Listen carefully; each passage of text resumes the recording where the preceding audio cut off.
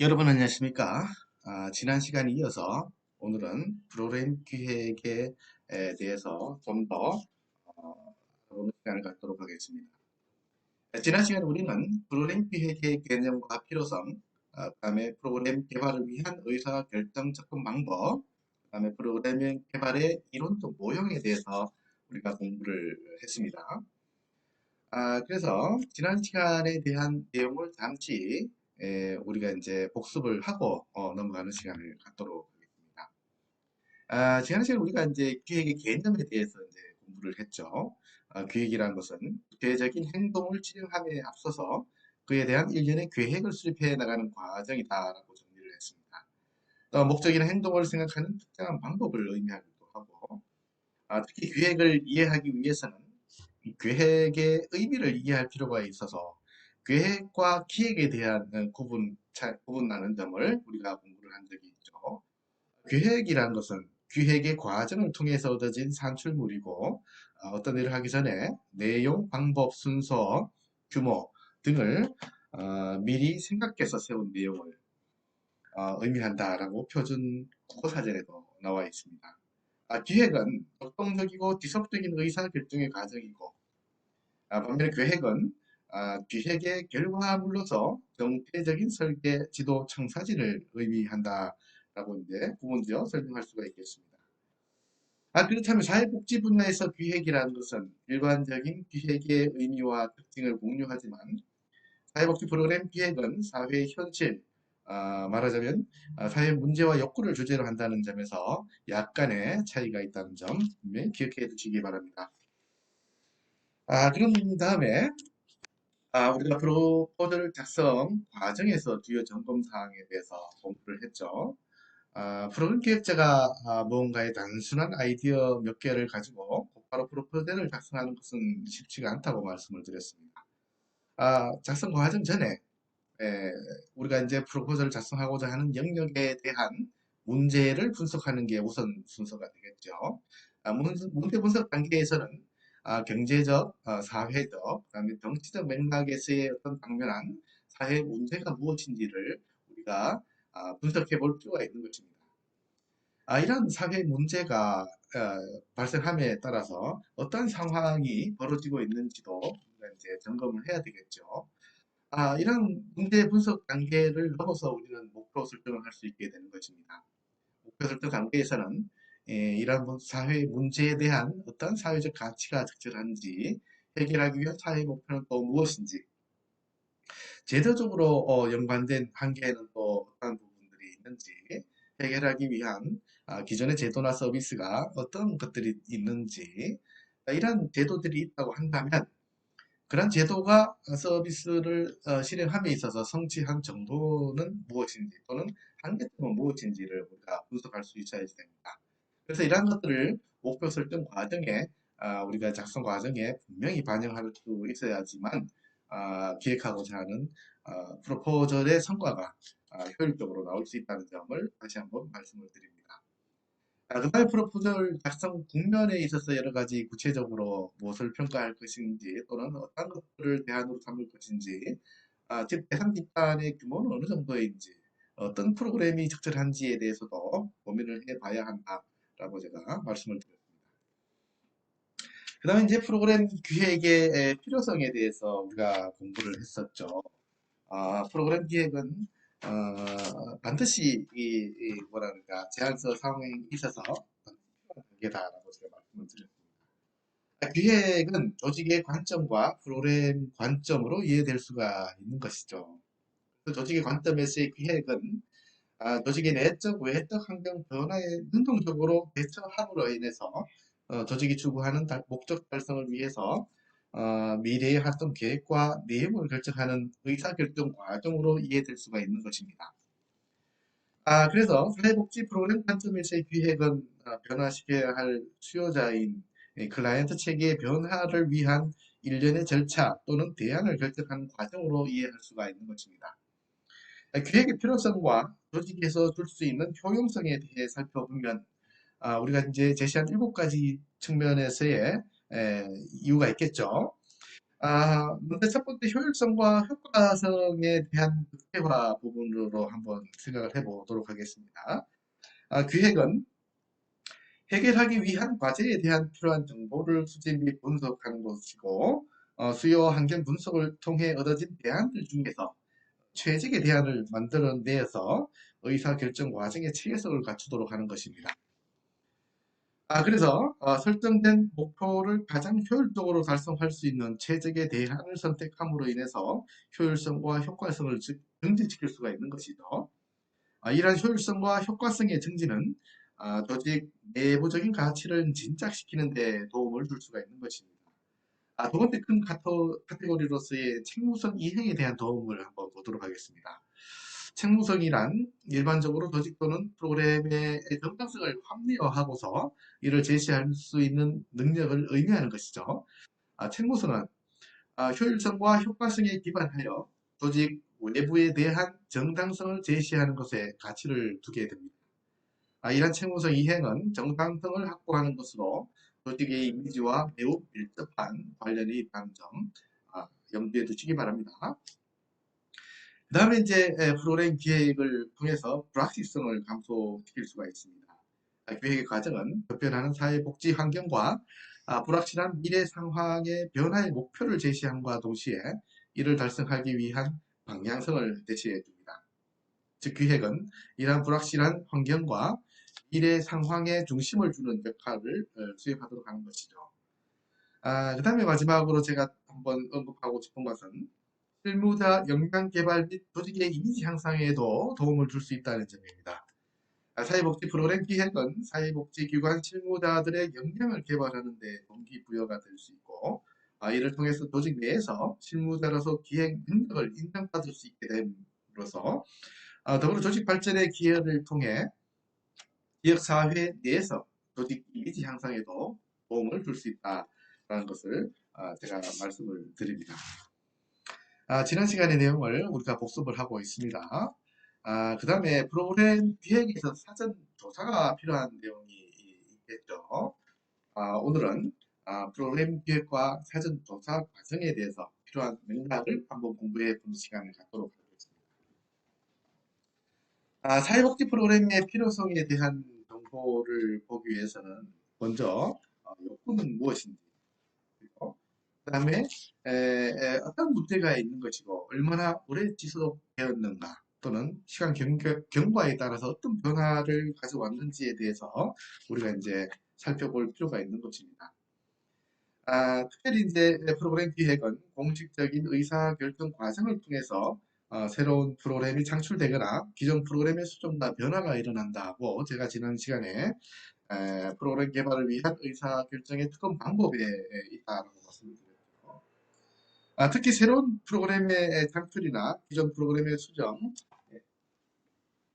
대한 필요성과 당위성이 인정되기 이전에 프로그램 기획자는 반드시 사전 조사를 통해서 프로그램 기획의 가능성을 탐색해 볼 수 있도록 노력해야 하지 됩니다. 즉 본격적인 사회복지 프로그램을 기획하기 전에 지역사회와 클라이언트의 상황과 문제를 파악하고 나서 새로운 또는 변화된 프로그램을 위한 기획의 정당성과 필요성을 증명할 수 있는 기초 자료의 수집과 분석이 필요하다는 점이죠. 이런 측면에서 사전조사는 사회복지 프로그램을 구체적으로 계획하기 이전에 지역사회 또는 이용자의 상황과 조건을 파악하고 나서 프로그램 기획의 정당성과 필요성 등을 증명해 줄 수 있는 기초 자료들을 수집하는 것이다 라고 볼 수 있는 것이죠. 그래서 슬라이드에 나온 내용들을 한번 살펴보도록 하겠습니다. 사회복지 프로그램 필요성에 대한 정보는 앞서에서 말씀을 드렸고 기대되는 결과에 대한 정보를 우리가 사전 조사할 필요가 있다는 겁니다. 기대되는 사전 결과 또는 향후 기대되는 효과는 무엇인지를 정확하게 분석할 수 있어야지 되죠. 세 번째로 기존 서비스에 대한 정보를 확인할 필요가 있는 것입니다. 문제를 위해서 어떤 노력이 얼마만큼 얼마나 효과적으로 이루어지고 있는지 여부를 살펴보아야 한다는 점이죠. 네 번째, 자원에 대한 정보를 살펴볼 필요가 있습니다. 자원 및 동원 가능성이 있는지를 파악해야 될 필요가 있는 것이죠. 아무리 구체적인 프로그램을 기획했더라도 이것을 가동할 수 있는 자원과 동력이 없다고 한다면 무용지물이 될 수 있다는 점이죠. 그 다음에 이제 관련 체계를 파악해야 된다는 겁니다. 이용자 체계라든가 목표 체계, 행정 체계, 복지관 체계를 반드시 파악할 수 있어야 됩니다. 그 다음에 기관 내외의 승인이 획득이 돼야 되는 것이죠. 아, 법적인 부분과 행정적, 정치적 하자 여부를 반드시 파악을 할 수 있어야지 됩니다. 마지막으로 프로그램 근거 이론을 정리할 수 있어야 된다는 겁니다.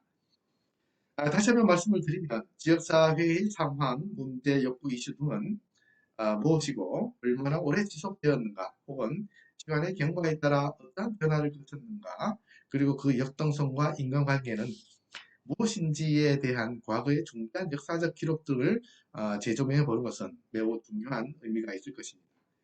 그래서 과거의 맥락에서 현재를 조명하는 것이 현재 상황을 가장 잘 설명하는 방법이기 때문에 이렇게 수집된 자료들을 통해서 사회복지의 필요성과 기대되는 결과, 주민의 접근 방법, 자원의 동원 계획 수립을 가능하도록 한다는 점입니다.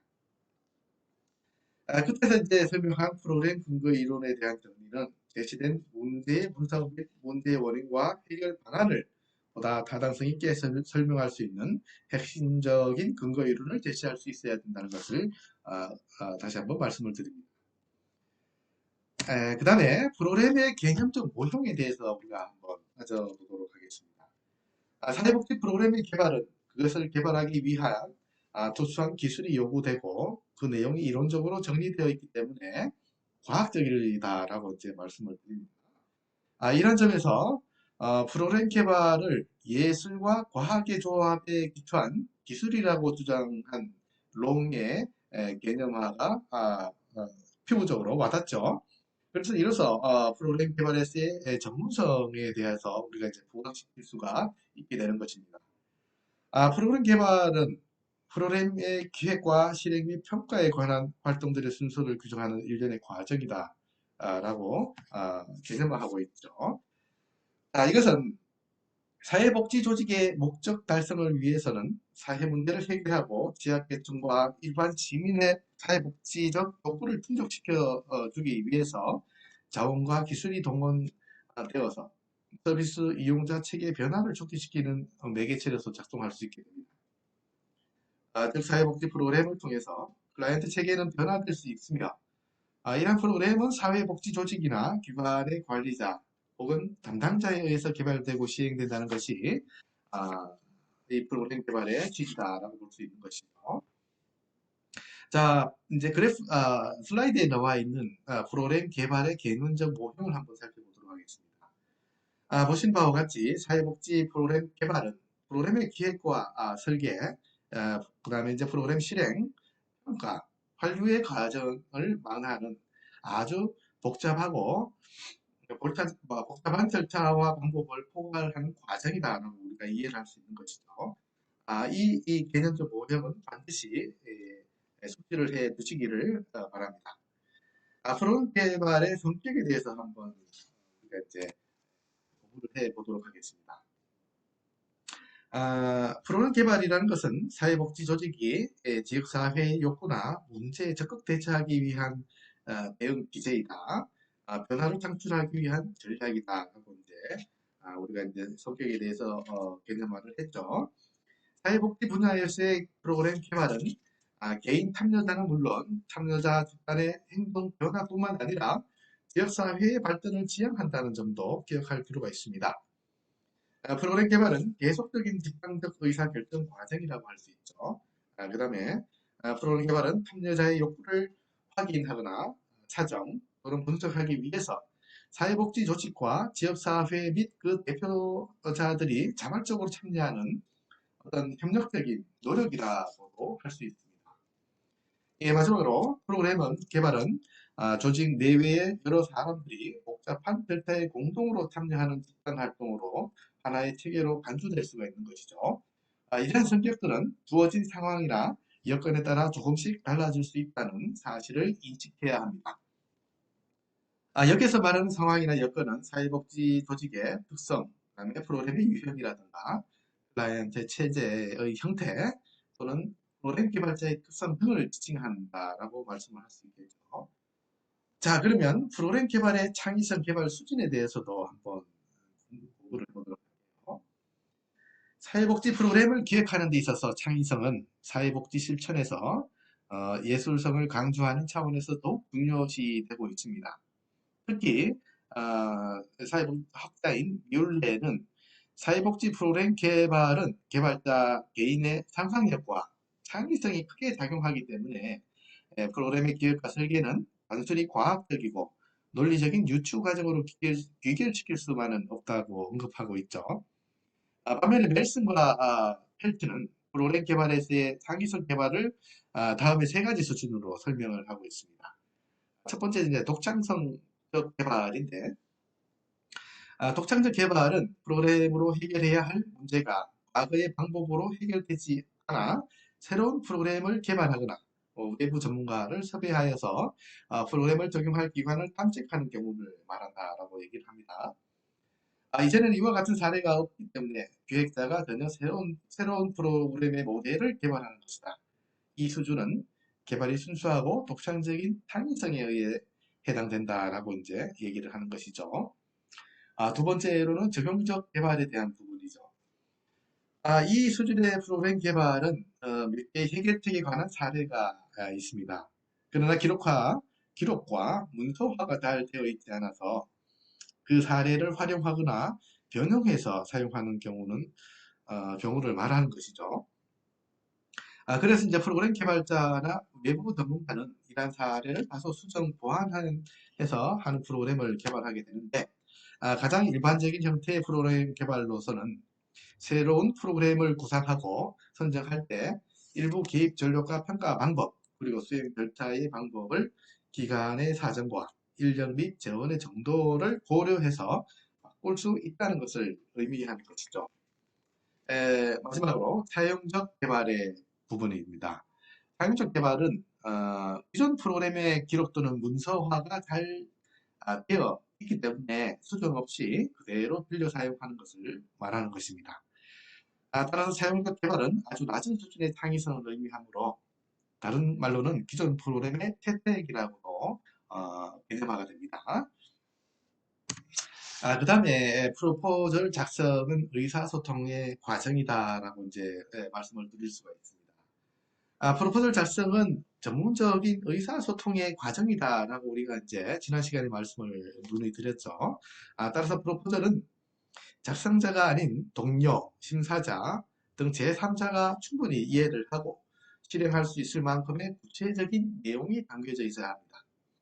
간혹 프로그램 작성자가 또는 담당자가 이직을 했을 때 그 프로그램이 중단되는 경우가 이제 가끔씩 발생하게 되죠. 그 이유는 이제 프로그램 계획서만 보고는 그대로 실행할 수가 없기 때문에 프로그램 계획 시 담당자의 머릿속에 있는 구상이 온전히 프로포절로 옮겨지지 않았기 때문에 담당자가 이직을 했을 경우에는 그 프로그램이 사실상 중단이 되는 경우가 빈번하게 발생하더라는 것이죠. 그래서 한두 개의 아이디어만으로는 프로포절을 쓰기 시작하는 것은 매우 어려울 수 있다라고 제가 또 말씀을 드렸었습니다. 그래서 오히려 작성자가 혼란스럽게 되는데, 작성자는 프로포절 작성 전에 프로그램 전반에 대한 충분한 검토가 아, 아, 있어줘야 된다는 것입니다. 그 다음에 이제 프로포절 구상 시기에 고려해야 할 사항들을 이제 한번 말씀을 드릴게요. 우리가 이제 이 부분에 있어서 반드시 충분히 이해를 할 수 있도록 공부를 하셔야 됩니다. 교과서 44페이지에 보면 팁에 대한 내용을 우리가 이제 옮겨 놓은 겁니다. 그 내용을 우리가 이제 말씀을 드려볼게요. 프로포절을 구상할 때 기관의 재정 능력이나 실무진의 업무 능력을 고려해야지만 됩니다. 그래서 프로그램을 실행하는데 실무진의 능력이 부족하다면 실무진을 충원하거나 기존 직원들을 재교육해야 하는 상황이 발생하게 됩니다. 이는 단순한 문제가 아니고 기관 전체가 어디로 가야 하는지에 대한 대단히 중요한 연관된 그런 문제가 될 수가 있는 것이죠. 그래서 실시하고자 하는 프로그램이 기관에서 이전에 실행해 본 적이 없던 것이라면은 구체적인 전개 과정을 프로포절에 담아줘야지 된다는 것입니다. 그래서 이제 밑에 있는 사례를 한번 옮겨 적은 거죠. 한번 읽어보도록 하겠습니다. 학교에서 청소년들에게 교육 프로그램을 제공하는 기관이 있습니다. 이 기관은 이제 청소년들을 위한 방과 후 프로그램을 실시하고자 한다. 그런데 이 기관은 지역사회에서 청소년들에게 서비스를 제공하는 이들과의 접촉이 없었죠. 새로운 프로그램을 새로운 환경에서 실행하는데 필요한 중요한 연결고리가 없었던 것입니다. 따라서 새로운 관계망을 어떻게 발전시킬 것인지를 반드시 프로포절에 담아야 하는 것이 과제로 남았고, 생활 쓰레기를 줄인다거나 재활용 등에 관한 내용을 법으로 개정하려고 해도 국민 대중이 환경보호의 필요성을 의식하지 못하면 법률안이 통과되지 않을 수도 있습니다. 그래서 프로포즈를 작성할 때 이러한 점은 반드시 고려해야 하고, 프로그램을 통해 성취하려는 목표는 사회에 상당히 많은 사람들의 지지를 얻지 않으면 안 된다라는 어떤 사례를 이제 말씀을. 그다음에 이제 프로포즈를 작성하는 시에서 충분히 파악해야 될 부분들을 설명을 드리도록 하겠습니다. 프로그램에 대한 전체적인 그림이 그려지고 난 뒤에 프로포즈를 쓰기 시작하려는 것이 좋습니다. 그렇지 않은 경우에는 프로포즈 작성 과정 중에 다른 프로포즈를 참고 또는 모방할 가능성이 높아지게 되고, 자신이 애초에 구성한 프로포즈를 작성할 수가 없게 되는 경우가 힘들하게 발생하게 됩니다. 그래서 모든 작성 과정이 끝난 후에 자신의 프로포즈를 점검하는 차원에서 다른 프로포즈를 참고하는 것이 상당히 바람직할 수가 있습니다. 이 부분은 상당히 중요한 부분이었죠.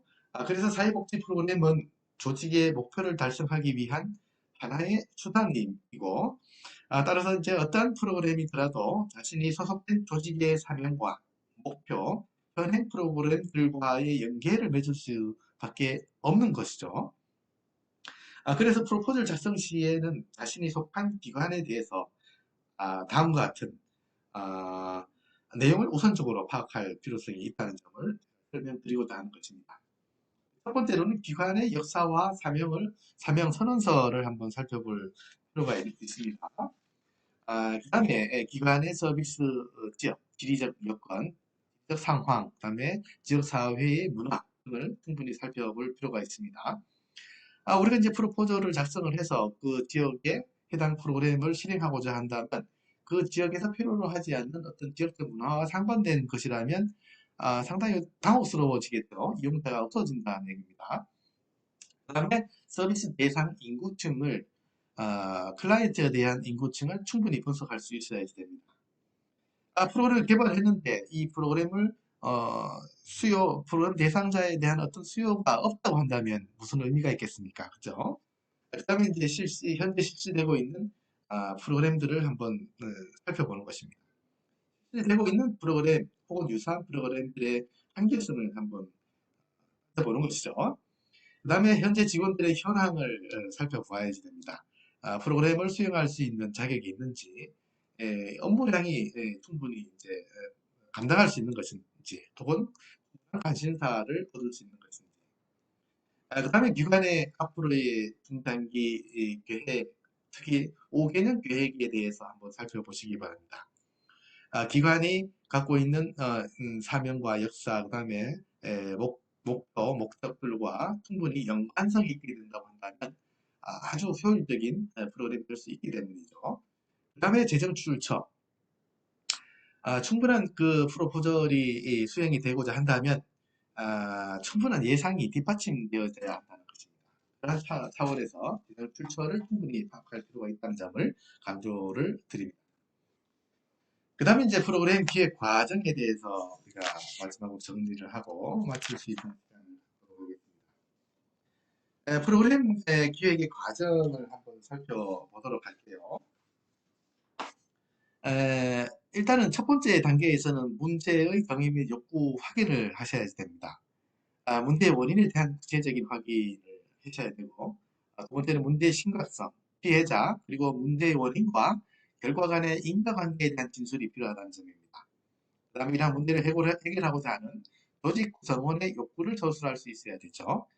두 번째는 관련 정보를 확인하는 단계죠. 과거에 이루어졌던 결정에 대한 정보와 현재 상태 및 목표에 대한 자료를 충분히 수집하시기 바랍니다. 그 다음에 유사한 문제를 다루고 있는 타 조직에 관한 정보 및 기록을 충분히 우리가 탐색할 필요가 있는 것이죠. 그래서 이제 대안이 되는 수립과 평가의 근거가 될 수 있는 관련 정보를 마련할 수가 있게 되는 것입니다. 세 번째는 대안의 개발 및 평가가 필요합니다. 일련의 대안적 활동 내용을 나열하고 비교 가능한 방식으로 대안을 영역별로 분류할 수 있어야 되고요. 각 대안의 단점을 충분히 파악하고 각 대안의 성공 가능성을 예측할 수 있어야 된다는 것이죠. 네 번째는 대안을 선택할 수 있어야 됩니다. 대안적 행동 방침의 성공 가능성에 대한 합리적 예측의 근거를 둘 수 있어야 된다는 점이죠. 다섯 번째는 대안의 실행의 단계죠. 이용 가능한 자원의 배분과 자원의 조직화, 성공적 해결에 필요한 활동, 내용 구성, 이것은 다양한 요인들의 영향을 미칠 수 있다는 점입니다. 마지막으로 환류에 대한 단계인데요. 환류 단계에서는 검토 및 평가 단계로서 자원을 가장 효율적이고 상용하기 편리한 지속적으로 사용할 수 있는 이 일들을 수행하는 단계다라고 보시면 되는 겁니다. 선택된 활동 내용이 목표 달성에 어느 정도 적절한지에 대한 것도 평가하게 되는 단계죠. 그래서 여기에 대한 그 계획의 일반적인 과정은 교과서 47페이지에 나와 있습니다. 여기 나온 그 팁을 잠시 언급을 드린다고 하면 프로포절 양식에 얽매여서 또는 기금을 지원하는 단체의 요구 때문에 기관의 기본적인 방향에서 벗어나면서 프로포절의 초점을 바꾸는 것은 신중하게 결정해야 될 부분입니다. 프로포절 작성자가 약간의 돈을 이 프로그램에 쓸 수 있다는 이유만으로 프로포절을 짜내는 행위는 가장 비복지적인 형태다라는 점을 여러분들은 예비 사회복지사로서 반드시 기억해 두시기를 바랍니다. 이상으로 2장의 2교시를 모두 마치도록 하겠습니다. 수고하셨습니다.